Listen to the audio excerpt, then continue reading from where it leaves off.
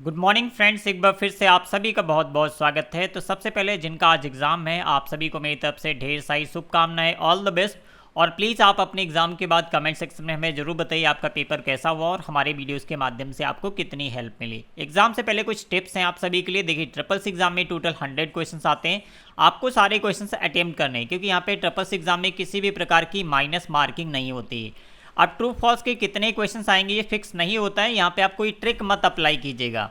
बहुत से लोग आपको ट्रिक्स बता रहे होंगे, बट कोई भी ट्रिक यहाँ पे काम नहीं करती। अगर आपको क्वेश्चन का राइट आंसर पता है देन आप उसे मार्क कीजिए, अदरवाइज नहीं पता है तो आप अपने मन से कुछ भी मार्क कर सकते हैं, क्योंकि नहीं पता है तो कुछ भी आप मार्क करके आइएगा। बट सारे क्वेश्चंस आपको अटेम्प्ट करने, मीन्स 100 में से 100 क्वेश्चंस आपको करके आने, क्योंकि यहाँ पे किसी भी प्रकार की माइनस मार्किंग नहीं है।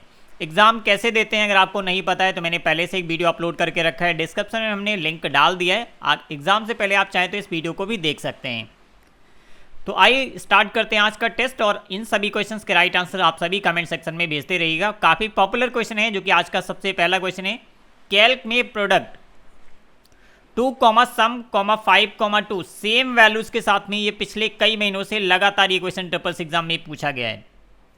तो प्रोडक्ट एक ऐसा फंक्शन होता है जिसका काम होता है मल्टीप्लाई करने के लिए। जैसे आप 2 इंटू 4 करना चाहते हैं तो मल्टीप्लाई करने के लिए आप यहाँ पे क्या करेंगे, प्रोडक्ट फंक्शन का इस्तेमाल कर लेंगे।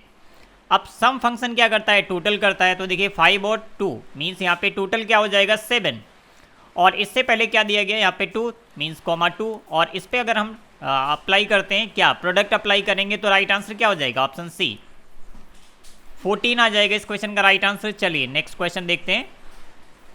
आमतौर पर पॉस मशीन में किस प्रकार के प्रिंटर का उपयोग होता है। यहाँ से 2 क्वेश्चन बनते हैं। पॉस का फुल फॉर्म पूछा जाता है, तो पॉइंट ऑफ सेल इसका फुल फॉर्म होता है।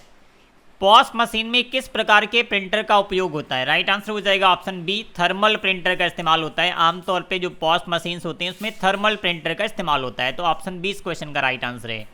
चलिए नेक्स्ट क्वेश्चन देखते हैं। जीएसटी इनमें कितने अंक होते हैं। जीएसटी इनमें कितने अंक होते हैं, यहाँ से 3 क्वेश्चन बनते हैं। जैसा कि पहले इस क्वेश्चन में पूछा कि कितने अंक होते हैं, ये आपको पता होना चाहिए। एक और क्वेश्चन बनता है यहाँ पे, जीएसटी इनका फुल फॉर्म पूछा जाता है। तो goods and service tax identification number, इसका फुल फॉर्म क्या होता है, goods and service tax identification number. इसमें कितनी संख्याएं होती हैं, ऑप्शन डी राइट आंसर हो जाएगा। 15 डिजिट का कोड होता है। जीएसटी नंबर कितने का होता है, 15 डिजिट का होता है। यहाँ से एक और क्वेश्चन बनता है जो कि पूछा जा सकता है आपके ट्रिपल्स एग्जाम में। जीएसटी नंबर से पहले किस नंबर का इस्तेमाल किया जाता था टैक्स के लिए, तो इसके लिए हम टिन का इस्तेमाल करते थे। अब टिन का फुल फॉर्म क्या होता है ये भी आपको पता होना चाहिए, तो टैक्स आइडेंटिफिकेशन नंबर। और इसकी जगह पे आप किसका इस्तेमाल होता है, जीएसटी इन का इस्तेमाल होता है, और ये 15 डिजिट का एक कोड है। तो कई सारे क्वेश्चन आए हैं जो कि इस टॉपिक पे बन सकते हैं। सीएसएमए सीडी लाइन में डेटा भेजने का तरीका है। सीएसएमए सीडी लाइन में डेटा भेजने का तरीका है। इस क्वेश्चन को एक और तरह से पूछा जाता है, निम्नलिखित में लाइन में डेटा भेजने का कौन सा एक तरीका है। उसमें एक ऑप्शन दिया जाता है सीएसएमए सीडी, जो कि इस क्वेश्चन का राइट आंसर होगा। तो ये बिल्कुल सही स्टेटमेंट लिखा गया, ऑप्शन ए राइट आंसर हो जाएगा ट्रू। यहाँ से एक और क्वेश्चन बनता है, इसका फुल फॉर्म पूछा जा सकता है। तो इसका फुल फॉर्म होता है कैरियर सेंस मल्टीपल एक्सेस। क्या होता है full form, carrier sense multiple access collision detection. तो ये भी याद रखिए, एग्जाम में इससे पहले इसका फुल फॉर्म पूछा भी जा चुका है। अगला क्वेश्चन है, लिब्रियोफिस कैल्क में किस मेन्यू में मर्ज सेल कमांड होता है। ये सभी चीज़ें हम प्रैक्टिकल के साथ प्रीवियस क्लासेस में बता चुके हैं। तो अगर आप एग्जाम देने जा रहे हैं तो प्लीज़ आप प्रीवियस ऑनलाइन टेस्ट के जो वीडियोस पड़े हुए हैं उन सभी को जरूर देखिए। किसी भी मंथ के आप वीडियो को फॉलो कर सकते हैं। अक्टूबर मंथ के जितने भी आपको मिलते हैं उनको फॉलो कीजिए। सितंबर या इससे पहले के जो भी वीडियोस अपलोडेड हैं सभी न्यू सिलेबस पे बेस्ड हैं, और सभी में आपको इंपॉर्टेंट क्वेश्चंस मिलेंगे। तो ऑप्शन ए इस क्वेश्चन का राइट आंसर हो जाएगा। मर्ज सेल का ऑप्शन कहाँ पे होता है, फॉर्मेट मेन्यू के अंतर्गत आता है। ऑप्शन ए इस क्वेश्चन का राइट आंसर है। यहाँ से एक और क्वेश्चन बनता है, जैसे लिब्रियोफिस कैल्क में सेल इंसर्ट करने का विकल्प किस मेन्यू में होता है, या कॉलम इंसर्ट करने का विकल्प किस मेन्यू में होता है, या फिर रो इंसर्ट करने का विकल्प किस मेन्यू में होता है। तो ये होता है सीट मेन्यू के अंतर्गत आता है।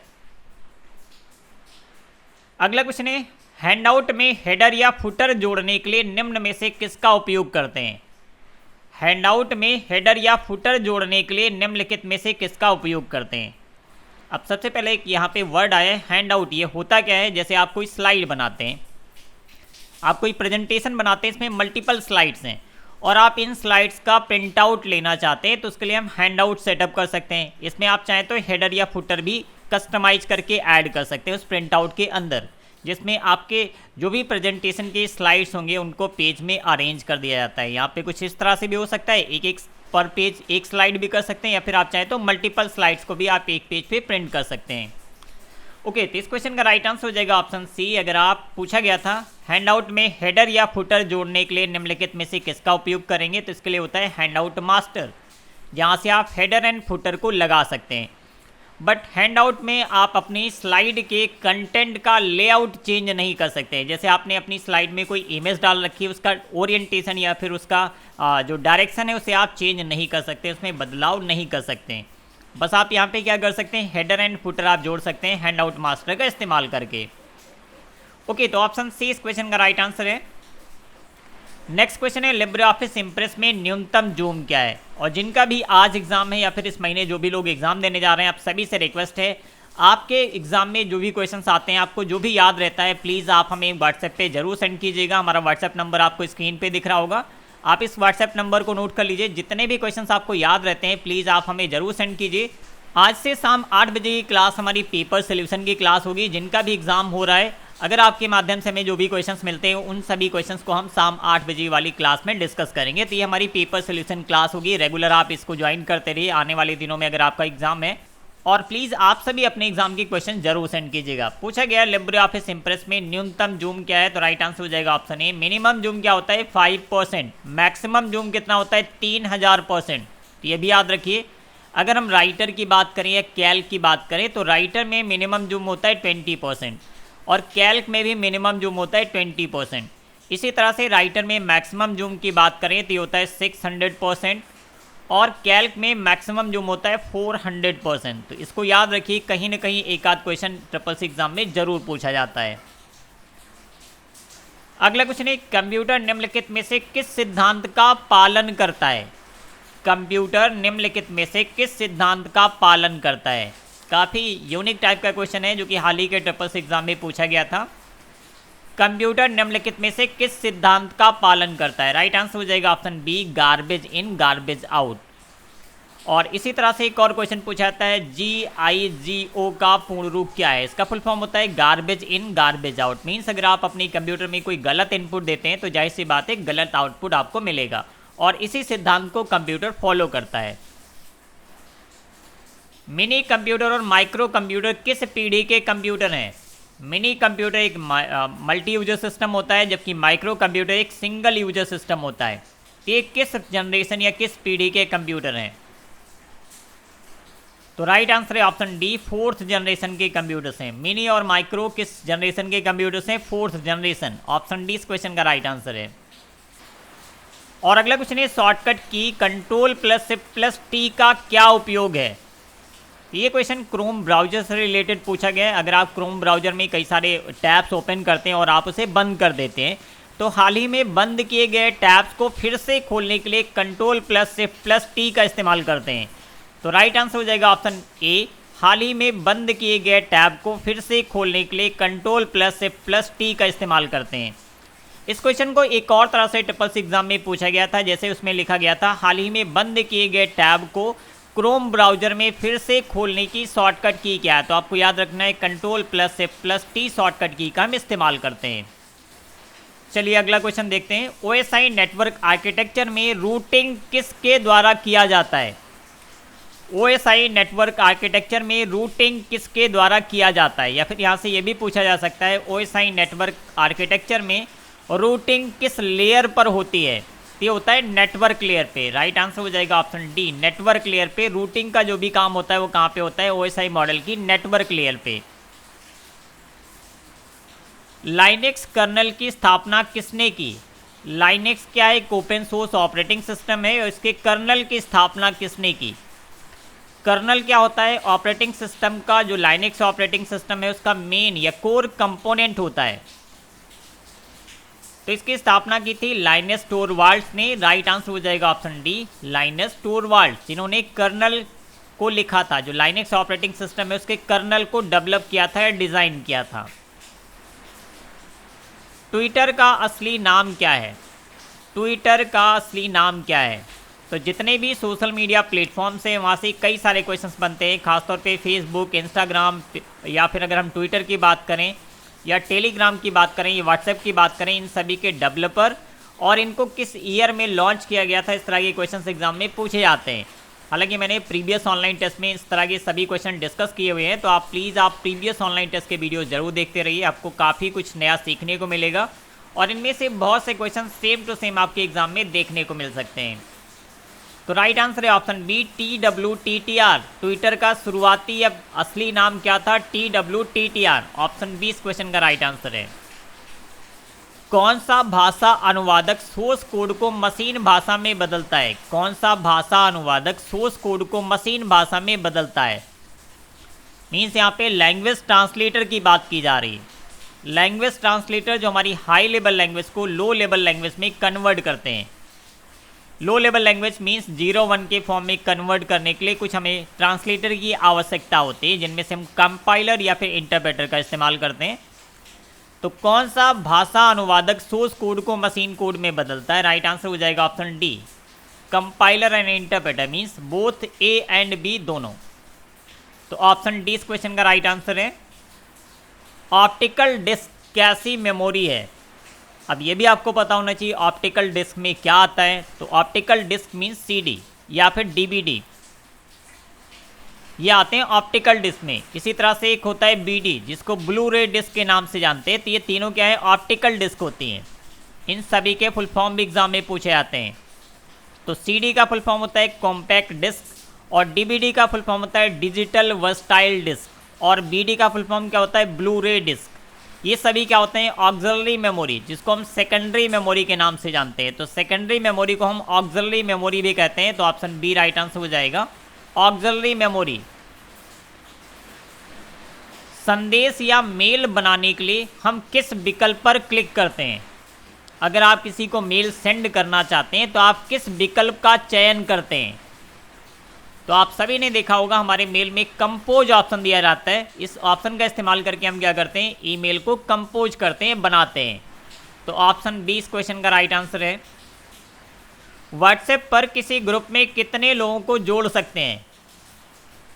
और अगर आपका एग्जाम होता है, एक आध कुछ ऐसे क्वेश्चंस आते हैं जो आपको लगता है बिल्कुल नया है, तो प्लीज़ आप ऐसे क्वेश्चन को हमें जरूर सेंड कीजिएगा। अगर आपको याद रहता है तो प्लीज़ आप एग्जाम के बाद हमें सेंड कीजिएगा। उस क्वेश्चन को हम जरूर डिस्कस करेंगे अपने क्लास में और उसका राइट आंसर क्या है वो भी आपको पता चलेगा। प्लस कुछ हमें नए क्वेश्चंस मिलते जाएंगे जिससे पता चलेगा कि किस तरह के क्वेश्चंस इस बार ट्रिपल्स एग्जाम में पूछे जा रहे हैं। तो ऑप्शन बी राइट आंसर है 256। ऑप्शन बी 256 इस क्वेश्चन का राइट आंसर हो जाएगा। लिब्रे ऑफिस में प्रति वर्कशीट में कॉलम की अधिकतम संख्या कितनी है? लिब्रे ऑफिस में प्रति वर्कशीट कॉलम की अधिकतम संख्या कितनी है? ये कैल्क से रिलेटेड क्वेश्चन पूछा गया है। कैल्क में प्रति वर्कशीट कॉलम की अधिकतम संख्या कितनी है? ये होता है 1024, 1024। और अगर नंबर ऑफ रो पूछा जाता है, किसी एक वर्कशीट में अधिकतम रो की संख्या कितनी है, तो आपको याद रखना है 1048576। ये क्या होता है? नंबर ऑफ रो, और ये क्या है? Number of columns. तो ऑप्शन सी राइट आंसर हो जाएगा 1024, क्योंकि यहाँ पे कॉलम के बारे में पूछा गया है। ऑप्शन सी इस क्वेश्चन का राइट आंसर है। कैल्क में दिनांक इंसर्ट करने की शॉर्टकट की क्या है? कैल्क में दिनांक इंसर्ट करने की शॉर्टकट की क्या है? तो इसके लिए हम इस्तेमाल करते हैं कंट्रोल प्लस सेमी कॉलन। तो ऑप्शन बी राइट आंसर हो जाएगा, कंट्रोल प्लस सेमी कॉलन। जब एक उपभोक्ता दूसरे उपभोक्ता के साथ सेवाओं का आदान प्रदान करता है तो कहलाता है, किस नाम से जानते हैं? तो देखिए कई तरह के बिजनेस मॉडल होते हैं, जैसे C2C, C2B, B2B, इस तरह के कई सारे बिजनेस मॉडल्स होते हैं। सभी के फुल फॉर्म आप सभी को पता होना चाहिए क्योंकि एग्जाम में पूछे जाते हैं। तो एक उपभोक्ता दूसरे उपभोक्ता के साथ सेवाओं का आदान प्रदान करता है, इसका मतलब होता है C2C, मीन्स ऑप्शन सी इस क्वेश्चन का राइट आंसर हो जाएगा, C2C।